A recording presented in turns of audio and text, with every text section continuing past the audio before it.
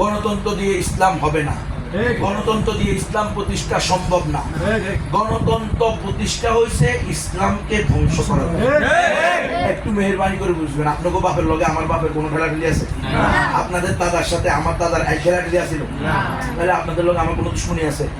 জামাত ইসলাম কোন, বিএনপি কোন, আওয়ামী লীগ কোন, কোনো দলের আমার তো নিজস্ব কোনো দল নেই। আমি এই সমস্ত গণতান্ত্রিক দলে বিশ্বাসী না। তো আমি গণতান্ত্রিক দল করুন কেন?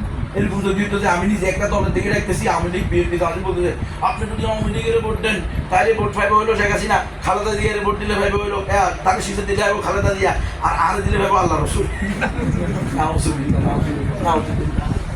গণতান্ত্রিক পদ্ধতিতে ভোট যদি সর্বোচ্চ হুজুররা দেওয়া হয় সেটাও গণতন্ত্রই পাবে। অসম্ভব। আমাদের হুজুররা গিয়াও সেখানে ইসলাম প্রতিষ্ঠা করতে পারবে না। অতীতে আমাদের কোনো আলেম ওলামা আলহামদুলিল্লাহ ওনারা গিয়েছেন, এমপি ছিলেন আমাদের মুফতি ওয়াক্কাশ সাহেব হুজুর রহমতুল্লাহ আলাইহি, তারপরে শহীদুল্লাহ